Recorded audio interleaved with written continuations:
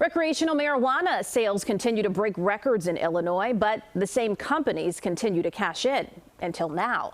After more than a year of delays, a big change today that means a more diverse group of people can start selling pot.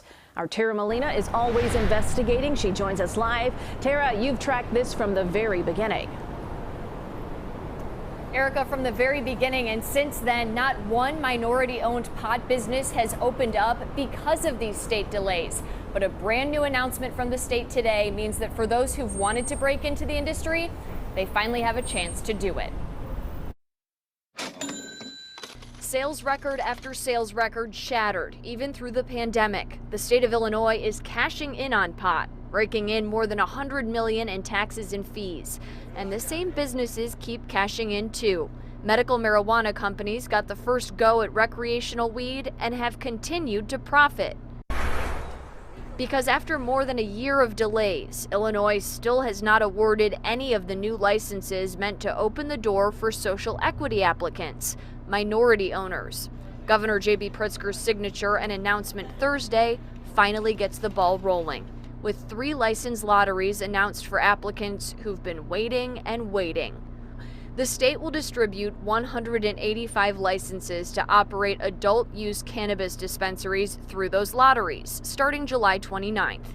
The state also announcing more than 200 people have qualified for the first new craft grow, infuser, and transporter licenses. We're not going to be done until we have, in Illinois, the most diverse industry anywhere in the country. Toy Hutchinson is the governor's senior advisor on cannabis. This work is hard, it's layered, it's complicated. It's criminal justice reform, drug policy reform, as well as a case study on how you reinvest in communities to undo decades of horrible policy. I asked her about the number of applicants we know have been pushed out of the process meant to diversify the industry because of the extended delays at the state level, something we've tracked for more than a year here at CBS 2, because the application process was and is expensive.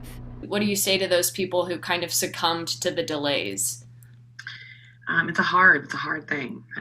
It's a hard thing. We're going to keep going, though. I mean, that's part of the reason why this legislation allows for us to continue with the same application pool.